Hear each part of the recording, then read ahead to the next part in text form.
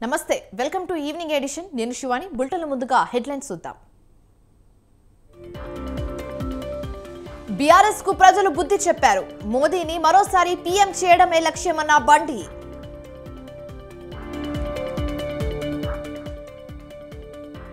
జగన్ సిద్ధమంటే మేం యుద్ధం అంటాం ఏపీ సర్కార్ పై పవన్ కళ్యాణ్ ఫైర్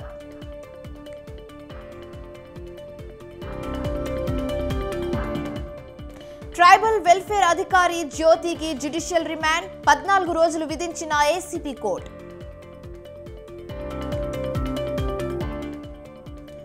మేడారంకు పోటెత్తుతున్న భక్తులు ఇవాల్టి నుంచి 24 వరకు జాతర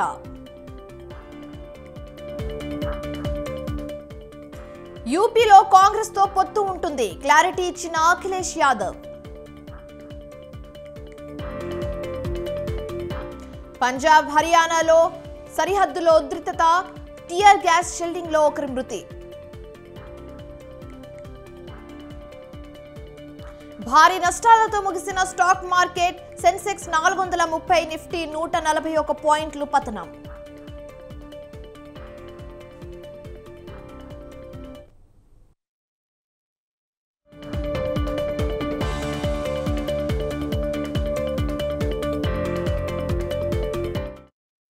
రైట్ బ్రేకింగ్ న్యూస్ చూస్తున్నాం ఉత్తరప్రదేశ్ లో సమాజ్వాదీ పార్టీ కాంగ్రెస్ మధ్య సీట్ల పంపిణీకి సంబంధించి ఓ అంగీకారం కుదిరింది ప్రియాంక గాంధీ వద్రా చొరవ తీసుకొని రాహుల్ ను సంప్రదించి అఖిలేష్ యాదవ్ తో చర్చలు జరిపారు దీంతో చర్చలు సానుకూలంగా సాగాయి మోరాబాద్ సీటుపై పట్టుపట్టిన కాంగ్రెస్ వెనక్కి తగ్గింది దీనికి బదులు సీతాపూర్ శ్రవస్తి వారణాసి స్థానాల్లో కాంగ్రెస్ పోటీ చేసేందుకు రెండు పక్షాలు అంగీకరించాయి దీంతో కాంగ్రెస్ ఎస్పీ మధ్య ఒప్పందం సాధ్యమైంది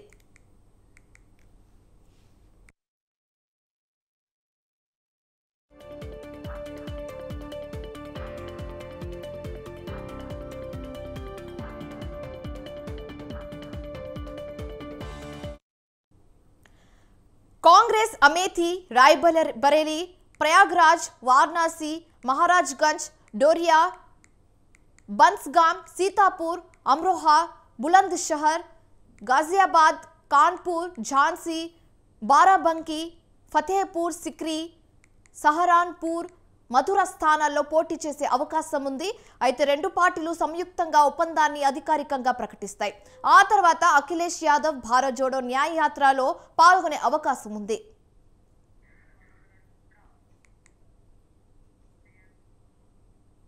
సీఎం జగన్మోహన్ రెడ్డి తాను అవలంబిస్తున్న విష సంస్కృతిని కుటుంబాలకి కూడా వ్యాపించేలా చేశారని జనసేన అధినేత పవన్ కళ్యాణ్ విమర్శించారు సొంత చెల్లికి న్యాయం చేయని వ్యక్తి ప్రజలకేం న్యాయం చేస్తారని ప్రశ్నించారు భీమవరంలో జన సైనికులతో మాట్లాడుతూ బీసీ కులాల మధ్య సమైక్యత లేకపోవడంతోనే జగన్ దగ్గర ద్రోహి అవ్వాల్సి వస్తుందన్నారు అయితే జగన్ దగ్గర అధికారం ఉంది అందుకే ఆయన చెప్పిందే వేదం అనేలా పరిస్థితులు ఉన్నాయన్నారు రానున్న ఎన్నికల్లో ప్రజలు జగన్ కు బుద్ధి చెప్పడం తథ్యమన్నారు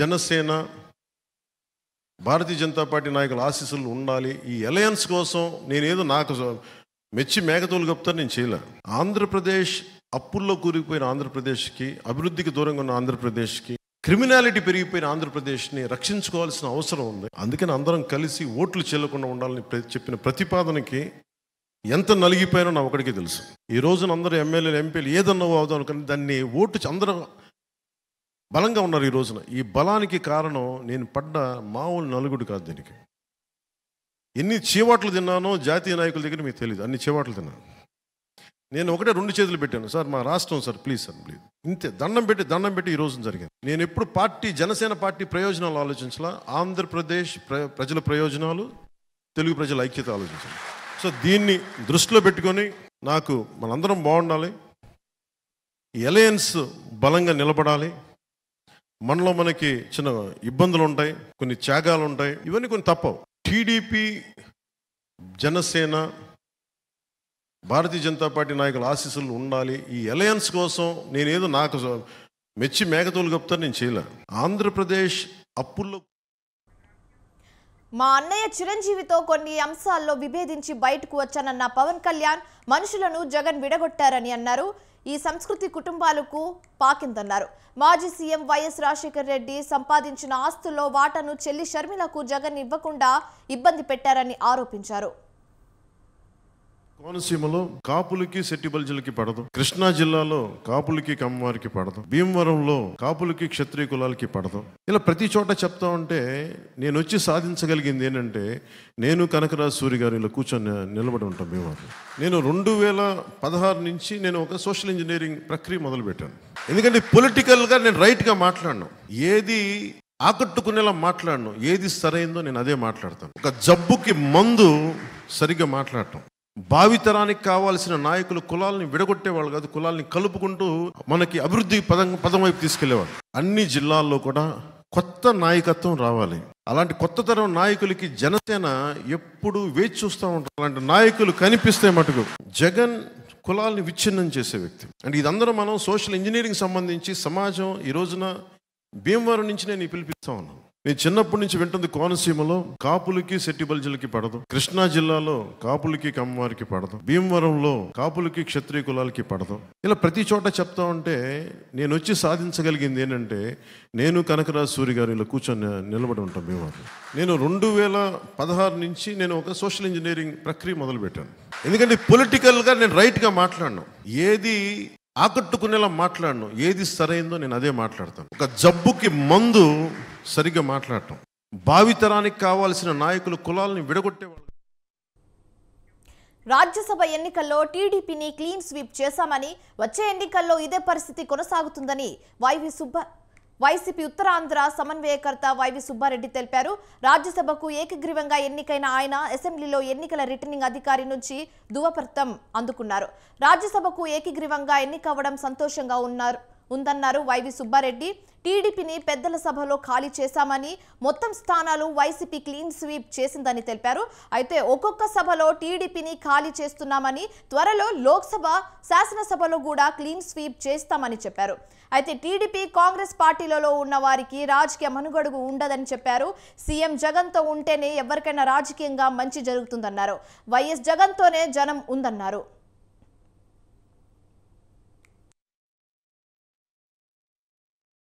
సభ ఎలక్షన్స్లో గౌరవ ముఖ్యమంత్రి జగన్మోహన్ రెడ్డి గారు ఆశీస్సులతో రాజ్యసభకి నామినేషన్ వైఎస్ఆర్ కాంగ్రెస్ పార్టీ తరఫున ముగ్గురం అభ్యర్థులము నామినేషన్ ఫైల్ చేయడం జరిగింది. గౌరవ ముఖ్యమంత్రి జగన్మోహన్ రెడ్డి గారి ఆదేశాలతో ఎలక్షన్కి నామినేషన్ వేయటం జరిగింది. సంఖ్యాబలం ఉన్నా సరే ప్రతిపక్ష పార్టీ వాళ్ళు క్యాండిడేట్ నిలపాలని, వాళ్ళకి సంఖ్యాబలం లేకపోయినా కేవలం 20 మంది ఉంటే కూడా వాళ్ళు నిలపాలని చూసిన మా శాసనసభ్యులు గౌరవ ముఖ్యమంత్రి జగన్మోహన్ రెడ్డి గారి పట్ల చూపించిన విధేయత, గౌరవం ఈ రాజ్యసభ ఎన్నికల్లో యునానిమస్గా ముగ్గురు అభ్యర్థులు గెలవడానికి దోహదపడింది. అది రేపు జరగబో ఎన్నికల్లో కూడా ఒక సంకేతంలాగా, విజయ సంకేతంలాగా ఇచ్చినందుకు ముందుగా మా గౌరవ ముఖ్యమంత్రి జగన్మోహన్ రెడ్డి గారికి ధన్యవాదాలు చెప్పుకుని, దేశవ్యాప్తంగా ఖాళీ అయిన రాజ్యసభ స్థానాలకు ఇటీవల ఈసీ నోటిఫికేషన్ జారీ చేసింది. అయితే ఈ నేపథ్యంలోనే ఏపీ నుంచి ముగ్గురు వైసీపీ నేతలు ఏకగ్రీవంగా ఎన్నికయ్యారు. వారికి వేగలపూడి భవన్లో రాజ్యసభ ఎన్నికల రిటర్నింగ్ అధికారి రాజ్యసభ ఎంపీలుగా ఎన్నికైనట్లు ఎన్నికల ధృవపత్రాలను అందజేశారు. అయితే రాజ్యసభ స్థానాలకు నామినేషన్ల ఉపసంహరణ అనంతరం వైసీపీ నుంచి వైవి సుబ్బారెడ్డి, గొల్ల బాబురావు, మేడ రఘునాథ్ రెడ్డిలు రాజ్యసభకు ఏకగ్రీవంగా ఎన్నికయ్యారు. వికారాబాద్ జిల్లా పరిగి విజయ సంకల్ప యాత్రలో కేసీఆర్ పై ఎంపీ లక్ష్మణ్ తీవ్రంగా విమర్శలు చేశారు.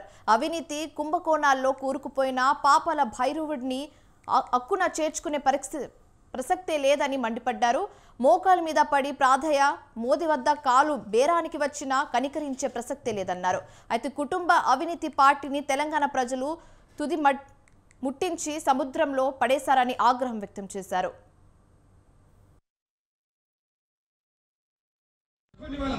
ఈ యొక్క బిఎల్ఎస్ కూడా ఏ రకంగా వాళ్ళ పాపాల పుట్ట పండింది. ప్రజలు ఆ కుటుంబ పాలన కుల పార్టీని, ఆ యొక్క అవినీతి పార్టీని, కుంభకోణాల పార్టీని తీసుకెళ్లి ఇవాళ సముద్రంలో పడేశారు. దిక్కుతోచని పరిస్థితిలో ఇవాళ మళ్ళీ ప్రజలు తప్పుదావ పట్టించడానికి బీజేపీతో కలిసి మేము పనిచేస్తామని బీజేపీ మాతో కలిసి వస్తుందని చెప్పి ఈ పాపాల భైరవుని హక్కును జరుపుకునే ప్రసక్తే లేదని చెప్పి ఖచ్చితంగా మీ ద్వారా ఇవాళ తెలంగాణ ప్రజలకు తెలియజేస్తాము. ఇవాళ మీరు మోకాళ్ళ మీద పాకి ప్రాధాన్యపడి కాళ్ళ వేయడానికి మోదీ గారికి వచ్చినా కనికరించేది లేదు. మీరు చేసేటువంటి ఈ పాపాలు తెలంగాణ ధ్వంసం చేశారు, తెలంగాణ దోచుకున్నారు. ఈ కుటుంబం బాగుపడింది కానీ నా పేద ప్రజల బతుకులు ఆగమైపోయింది కాబట్టి మిమ్మల్ని ఆదుకునే లేదు.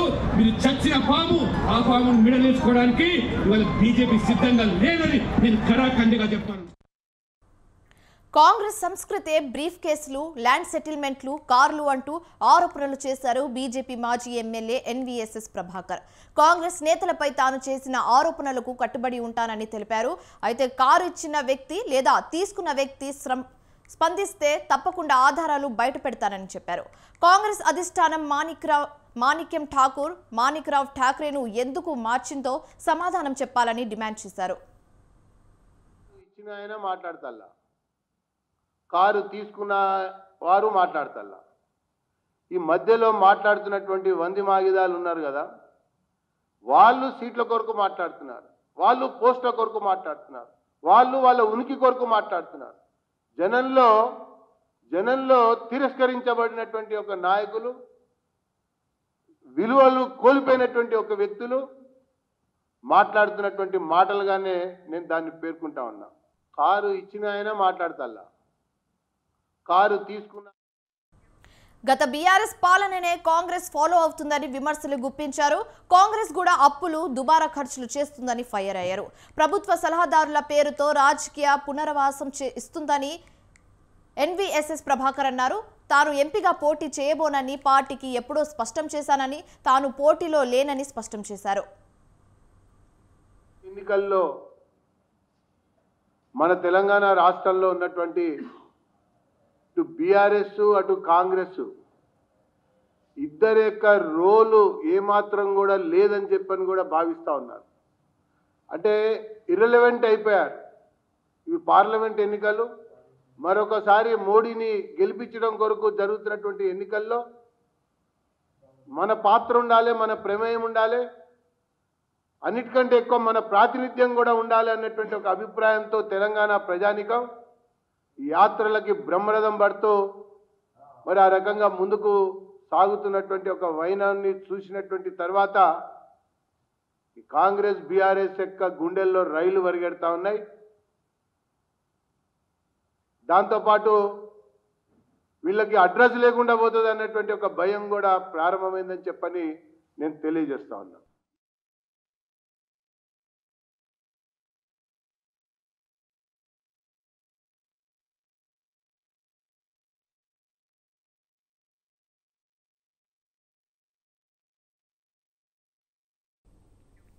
జూరాల ప్రాజెక్ట్ సామర్థ్యం 5.7 లక్షల ఎకరాలు మాత్రమేనని అన్నారు మాజీ మంత్రి నిరంజన్ రెడ్డి.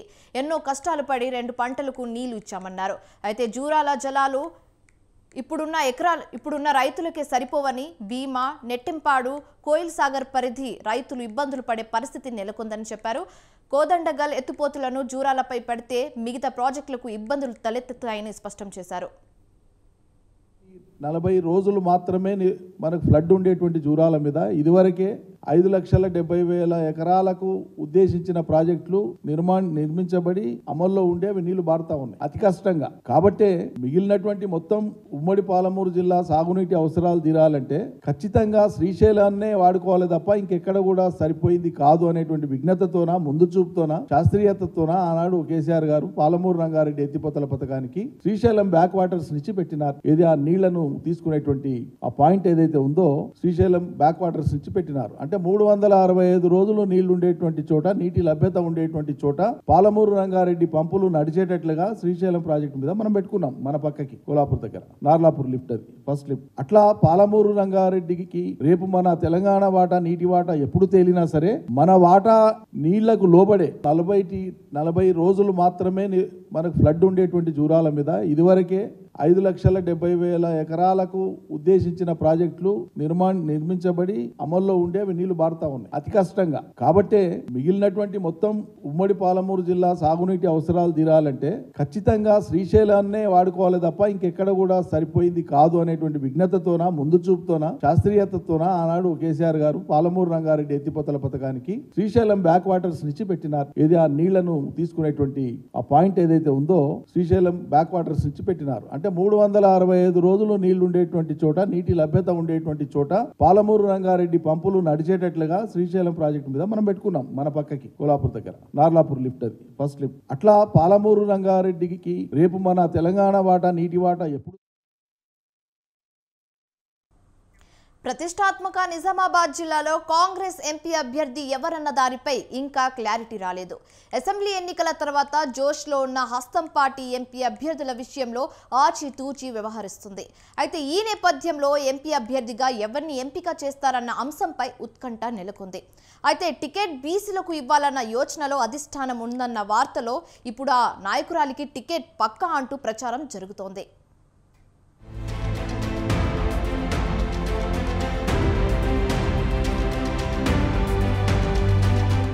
నిజామాబాద్ జిల్లా పార్లమెంట్ టికెట్ కోసం కాంగ్రెస్ అభ్యర్థుల్లో పోటాపోటీ ఎక్కువగానే ఉంది. అసెంబ్లీ ఎన్నికల తర్వాత అధికారం అందడంతో హస్తం పార్టీలో మరింత జోష్ పెరిగింది.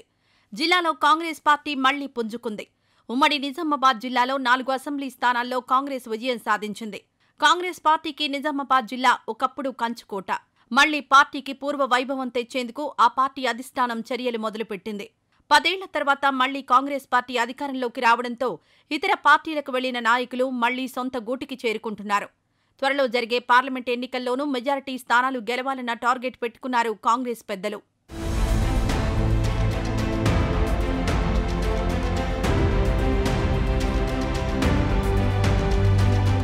నిజామాబాద్ పార్లమెంట్ స్థానానికి గట్టి అభ్యర్థిని పోటీలో దింపాలనుకుంటోంది కాంగ్రెస్. అసెంబ్లీ ఎన్నికల్లో బీసీలకు ఎమ్మెల్యే టికెట్లు దక్కలేదు. దీంతో బీసీలకే ఎంపీ టికెట్ ఇవ్వాలన్న యోచనలో ఉన్నారు పార్టీ పెద్దలు. ఈ నేపథ్యంలో మహిళా నాయకురాలు ఆకుల లలితకు ఎంపీ టికెట్ ఇస్తారన్న ప్రచారం జోరుగా సాగుతోంది. ఆకుల లలిత కాంగ్రెస్ పార్టీలో అనేక పదవులు చేపట్టారు. మున్నూరు కాపు సామాజిక వర్గం నేత. పార్లమెంట్ నియోజకవర్గ పరిధిలో ఈ సామాజిక వర్గం ఓట్లు అధికంగా ఉంటాయి. ఎంపీటీసీ నుంచి రాజకీయ ప్రస్థానం మొదలుపెట్టిన ఆకుల లలిత అంచెలంచెలుగా రాజకీయాల్లో ఎదుగుతూ వచ్చారు. 2008లో జరిగిన బై ఎలక్షన్స్లో ఎమ్మెల్యేగా గెలిచారు. నిజామాబాద్ జిల్లా మహిళా కాంగ్రెస్ అధ్యక్షురాలిగా, జిల్లా కాంగ్రెస్ అధ్యక్షురాలిగా, ఏఐసీసీ సభ్యురాలిగా, ఆల్ ఇండియా మహిళా కాంగ్రెస్ ప్రధాన కార్యదర్శిగా బాధ్యతలు నిర్వహించారు. ఎమ్మెల్సీగా 2 సార్లు ఎన్నికయ్యారు. బీఆర్ఎస్లో తెలంగాణ రాష్ట్ర మహిళా కోఆపరేటివ్ కార్పొరేషన్ చైర్మన్గా బాధ్యతలు నిర్వహించారు.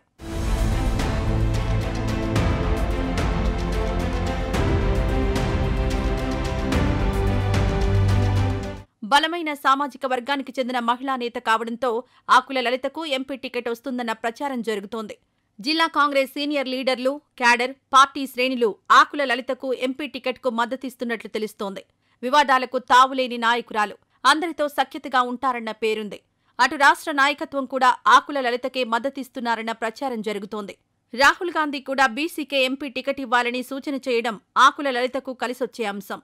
బీజేపీ ఎంపీ అరవింద్కు గట్టి పోటీ ఇచ్చే నాయకురాలు ఆకుల లలిత అంటున్నారు.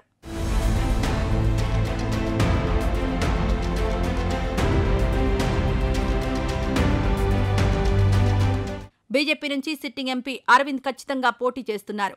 కాంగ్రెస్ అభ్యర్థిత్వం కోసం పోటీ సాగుతోంది. ఇక బీఆర్ఎస్ పార్టీ నుంచి ఎవరు పోటీ చేస్తారు, అధినేత కేసీఆర్ ఆలోచనలో ఉన్న అభ్యర్థి ఎవరన్నది తేలాల్సి ఉంది.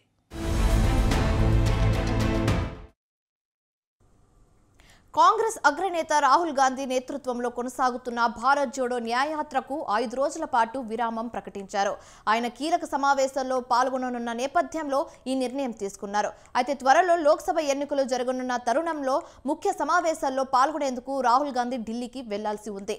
దీంతో ఫిబ్రవరి 26 నుంచి మార్చి 1వ తేదీ వరకు యాత్రకు తాత్కాలిక విరామం ప్రకటించారు.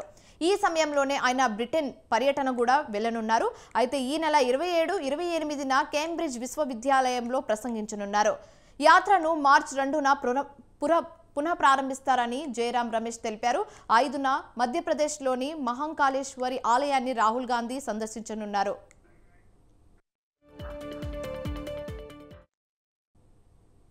దేశంలో ద్రవ్యోల్బణం నిలకడగా ఉండే అవకాశాలు ఉన్నాయి.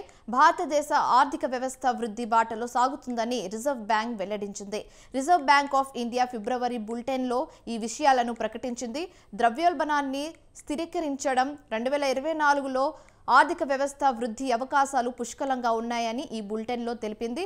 అయితే ద్రవ్యోల్బణం విషయంలో ఆర్బీఐ అంచనాలు కొద్దిగా తగ్గుముఖం పట్టినా కొన్ని రంగాల నుంచి కొత్త ఒత్తిళ్లు వచ్చే అవకాశం ఉందని ఆర్బీఐ పేర్కొంది.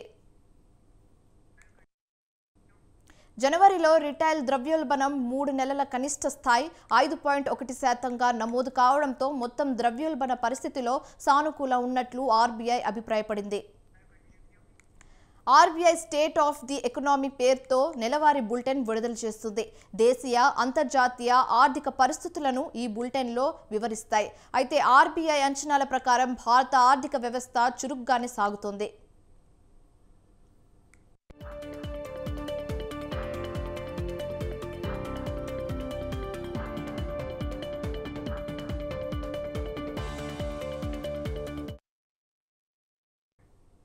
బాబాయికి జనసేన పార్టీకి ఎప్పుడు తన మద్దతు ఉంటుందని అన్నారు మెగా ప్రిన్స్ వరుణ్ తేజ్. వరుణ్ తేజ్ హీరోగా నటించిన యాక్షన్ థ్రిల్లర్ చిత్రం ఆపరేషన్ వ్యాలంటైన్. శక్తి ప్రతాప్ సింగ్ హడా దర్శకత్వంలో రూపొందించిన ఈ సినిమా మార్చి 1న తెలుగు, హిందీ భాషలలో విడుదల కానుంది. అయితే చిత్ర ప్రమోషన్స్ లో భాగంగా విజయవాడలో చిత్ర బృందం సందడి చేసింది. ఈ కార్యక్రమంలో జనసేన పార్టీ గురించి అడిగిన ప్రశ్నకు వరుణ్ తేజ్ ఆసక్తికరమైన సమాధానమిచ్చారు. ఎన్నికలు వచ్చేస్తున్నాయి, జనసేన పార్టీ తరఫున ప్రచారం చేస్తారా అని మీడియా అడిగిన ప్రశ్నకు సమాధానమిస్తూ తన పూర్తి మద్దతు బాబాయ్కి ఉంటుందని అన్నారు. కళ్యాణ్ బాబాయ్ ఐడియాలజీపై తనకు నమ్మకం ఉందన్నారు. తన మద్దతు ఎప్పుడు బాబాయ్కి, జనసేన పార్టీకి ఉందన్నారు. గతంలో కూడా పార్టీ కోసం ప్రచారం చేశానన్న వరుణ్ తేజ్ ఇప్పుడు రాబోయే ఎన్నికల్లో ప్రచారం చేయాలని నాకు ఆదేశాలు వస్తే మాత్రం తప్పకుండా ప్రచారం చేస్తానని చెప్పారు. టైం కూడా మా నాన్నగారు చేసినప్పుడు, బాబాయ్ గారు చేసినప్పుడు చేశాను. అంటే ఇప్పుడు ఇది చాలా పెద్దవాళ్ళు డీల్ చేసే విషయాలు.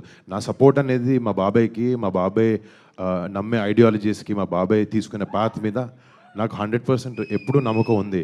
అది నేను ఎన్నో సందర్భాల్లో చెప్పాను.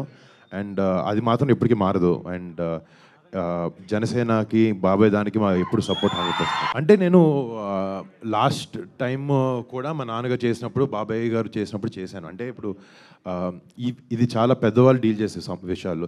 నా సపోర్ట్ అనేది మా బాబాయ్కి, మా బాబాయ్ నమ్మే ఐడియాలజీస్కి, మా బాబాయ్ తీసుకునే పాత్ మీద నాకు 100% ఎప్పుడూ నమ్మకం ఉంది. అది నేను ఎన్నో సందర్భాల్లో చెప్పాను. అండ్ అది మాత్రం ఎప్పటికీ మారదు. అండ్ జనసేన ప్రముఖ సినిమాటోగ్రాఫర్ సెంథిల్ భార్య రూహి ఇటీవల మరణించారు. గత కొంతకాలంగా అనారోగ్యంతో బాధపడిన రూహి ఆరోగ్యం విషయంలో చాలా కేర్ తీసుకునేవారు. ఆమె యోగా ట్రైనర్గా వర్క్ చేశారు. ప్రభాస్, తమన్నా, ఇలియానా తదితర సినీ ప్రముఖులకు రూహి యోగా ట్రైనర్. మరి హెల్త్ విషయంలో ఎంతో కేర్ తీసుకునే రూహి సడన్ గా చనిపోవడానికి కారణం ఏంటి?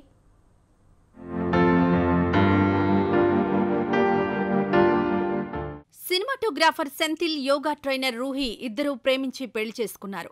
2009లో ఒక్కటైన ఈ జంట సికింద్రాబాద్లో సెటిల్ అయ్యారు. వీరిద్దరికీ 2 కుమారులు. 20 ఏళ్లుగా యోగా టీచర్గా ఉన్న రూహి సోషల్ మీడియాలో బాగా యాక్టివ్గా ఉండేవారు. ఆమె ఎప్పుడూ చలాకీగా నవ్వుతూ ఉండేవారు. ఇక హెల్త్ విషయంలో అయితే చాలా జాగ్రత్తగా ఉండేవారు. అయినప్పటికీ కరోనా బారిన పడ్డారు. కరోనా నుంచి కోలుకున్నారు. గండం గడిచింది అనుకున్నారు. కానీ ఆ తర్వాత నుంచే హెల్త్ ప్రాబ్లమ్స్ స్టార్ట్ అయ్యాయట. కరోనా నుంచి బయటపడినప్పటికీ ఆ వైరస్ ప్రభావం వలన వేరే ప్రాబ్లమ్స్ మొదలయ్యాయట. ఇంతకుముందు ఉన్న ఉత్సాహం లేకపోవడం, బాగా డల్గా ఉండేవారట. అయితే ఆమెలో ఎనర్జీ తీసుకురావడం కోసమని బూస్ట్ డోస్ ఇచ్చారట. అప్పట్నుంచి ఆమె ఆరోగ్యం మరింతగా క్షీణించిందట. ఆమెను కాపాడడం కోసం డాక్టర్స్ చాలా ప్రయత్నాలు చేశారు. కానీ ఫలితం దక్కలేదు. ఆఖరికి ఆమె ఈ నెల 15న తుది శ్వాస విడిచారు.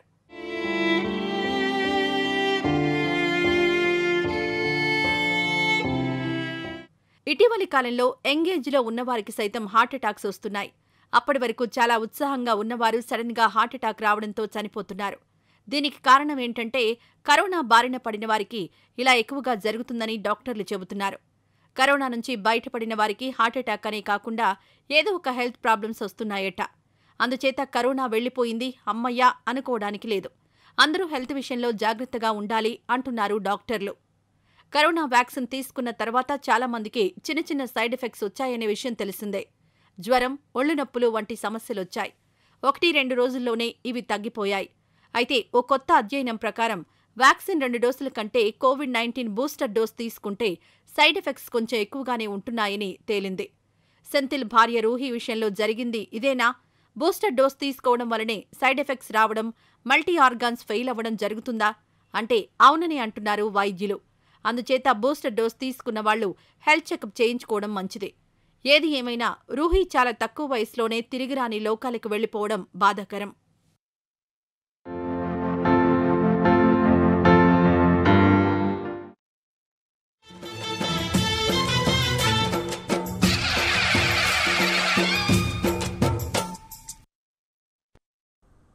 మేడారం జనసంద్రంగా మారిపోయింది. దారులన్నీ మేడారం వైపే కదులుతున్నాయి.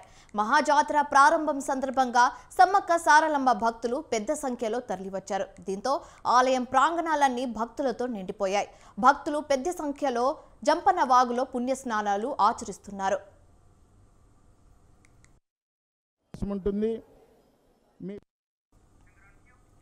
తెల్లవారుజాము నుంచే తల్లి కొలువైన కన్నెపల్లిలో కార్యక్రమాలు మొదలయ్యాయి. పొద్దున్నే సారలమ్మ ఆలయాన్ని శుద్ధి చేసి అలికి ముగ్గులతో అలంకరించారు. ప్రధాన పూజారి అయిన కాక సారయ్య పలు పూజా కార్యక్రమాలు నిర్వహించారు. అయితే ఈ రోజు సాయంత్రం ఆదివాసీ పూజారులు రహస్య పూజలు చేశారు. ఈ సమయంలోనే పూజారి సారయ్యను సారలమ్మ ఆవహిస్తుంది. ఆ తర్వాత సారలమ్మను ఆలయం నుంచి గద్దెల వైపు పూజారులు తీసుకొస్తారు. ఇక ఈ రోజు రాత్రి పగిడిద్దరాజు, గోవిందరాజులను కూడా గద్దెలపైకి తీసుకొస్తారు. మహాజాతర మొదలైన వేళ మేడారం ఇప్పటికే జనసంద్రంగా మారిపోయింది. మంగళవారం సాయంత్రం సమ్మక్క కుమారుడైన జంపన్నను కన్నెపల్లి నుంచి ఆదివాసీ నృత్యాలు, డప్పు చప్పుల మధ్య గిరిజన పూజారులు గద్దెలపైకి తీసుకొచ్చారు. పగిడిద్దరాజు, సారలమ్మ, గోవిందరాజులను గద్దెలపై ప్రతిష్ఠించడం జాతరలో తొలి కీలక ఘట్టం. అందులో భాగంగా బుధవారం ఉదయం ములుగు జిల్లా ఏటూరు నాగారం మండలం కొండాయి గుడి నుంచి సారలమ్మ భర్త గోవిందరాజును పూజారులు గద్దెల వద్దకు తీసుకొచ్చారు. అయితే కన్నెపల్లి నుంచి సారలమ్మను తీసుకొచ్చే ఘట్టం ఎంతో కోలాహలంగా జరుగుతుంది. అయితే కన్నెపల్లి గ్రామస్తులైన ఆడపడుచులు సారలమ్మ ఆలయాన్ని ముగ్గులతో అందంగా అలంకరిస్తారు. సాయంత్రం అమ్మవారిని పూజలు ఊరేగింపుగా గద్దెల వద్దకు తీసుకొస్తారు. రెండో రోజు గురువారం సమీపంలోని చిలకలగుట్టపై ఆదివాసీ పూజారులు ప్రత్యేక పూజలు పూర్తి చేశాక ఊరేగింపుగా గద్దెల వద్దకు తీసుకొచ్చి సమ్మక్కను ప్రతిష్ఠిస్తారు. శుక్రవారం నిండు జాతర కాగా శనివారం దేవతల వన ప్రవేశంతో మేడారం జాతర ముగుస్తుంది. సమ్మక్క గారాల బిడ్డ అయిన సారలమ్మ ధైర్యానికి, వీరత్వానికి, త్యాగానికి ప్రతీక. 12వ శతాబ్దంలో తమ గిరిజన ప్రాంతాన్ని కాపాడుకునేందుకు కాకతీయులతో సారలమ్మ యుద్ధం సాగించి తీరును వీరమరణం ద్వారా ఆమె త్యాగాన్ని భక్తులు స్మరించుకుంటూ దైవంగా కొలుస్తారు. అయితే తల్లిని మొక్కితే సంతానం ప్రాప్తిస్తుందని, రుగ్మతులు పోతాయని భక్తుల విశ్వాసం. ఫలితంగా మేడారానికి సాగుతున్న సమయంలో సారలమ్మకు కన్నెపల్లిలో భక్తులు ఎదురెళ్లి మంగళ హారతులిస్తారు. సంతానం కలగాలని, సమస్యలు తీరాలని తడిబట్టలతో భక్తులు వరపడతారు.